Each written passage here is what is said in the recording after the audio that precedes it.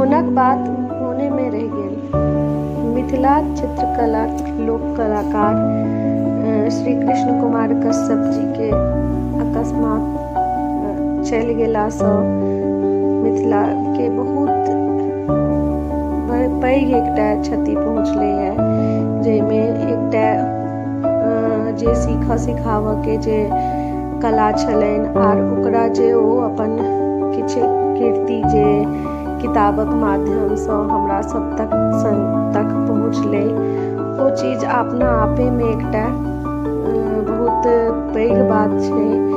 जे सबसँ पहिले हमरा ई जे मोनक बात छल जे एक बेर भेंट करक इच्छा ओ मोनमे रहि गेल। आर हुनकासँ हुनकर जे कला के किताब सब जे हम देखलियनि, जाहिमे से किछु किताब हमरा लग अइ, जेना गीत गोविंदमे हुनकर रचना, जे गीत गोविंद के अनुवाद, गीत गोविंद के जे अपन ओहि पर चित्रण, ओ अपना आपेमे एकटा बहुत पैघ देन दऽ कऽ गेलखिन हेँ मिथिला कला के रूपमे, मिथिला चित्रकला के रूपमे।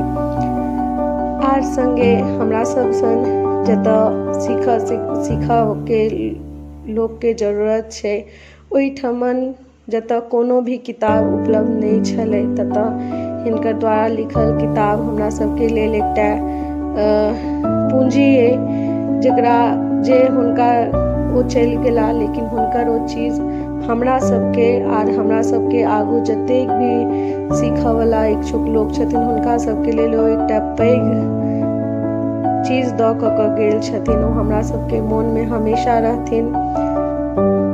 आर आइ हुनकर चलि गेलाके कारण हुनकर आइ श्रद्धांजलि देबऽके एकमात्र एकटा हमरा लग साधन अइ, जे साधनके हुनका कारणसँ हमरो बहुत किछु सीखऽ लेल भेटल अइ। जाहिमे सँ जखन पेंटिंग तऽ ओना बहुत दिनसँ करैत रही, लेकिन एकटा जे कहै छै जे कोनो चीज देखलासँ सेहो लोक सीखै छै, आर ओहि समय जखन केओ बतेनिहार नहि रहै छै, तऽ किताबक एहन एकटा माध्यम छै जाहिसँ लोक हमेशा अनवरत सीखैत रहैए।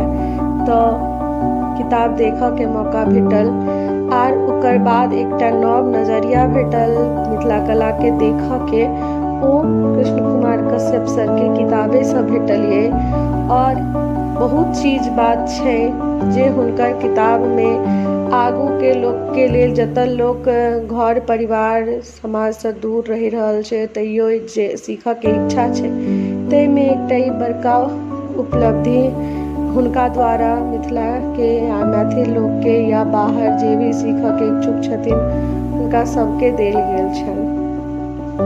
तऽ हुनका आइ श्रद्धांजलि रूपमे हम अपन एकटा कला अहाँ सबके समक्ष राखि रहल छी, जे हुनकासँ या मिथिला कलासँ जुड़ल छै, और ओकरा हम अपना तरीकासँ बना कऽ अहाँ सबके देखा रहल छी। और उम्मीद करै छी अहाँ सब गोटाके नीक लागत। और आइ हुनकर श्रद्धांजलि के लेल एहिसँ पैघ कोनो भी चीज हम नहि दऽ सकब, तकरा बहुत, लेकिन आइ जे ओ रहितथि तऽ कहियो मौका लागत तऽ एक बेर भेंट करक जरूर सौभाग्य हमरा नहि भेटल, ई हमर दुर्भाग्य अछि जे ई चीजसँ हम अलग रहि गेलहुँ।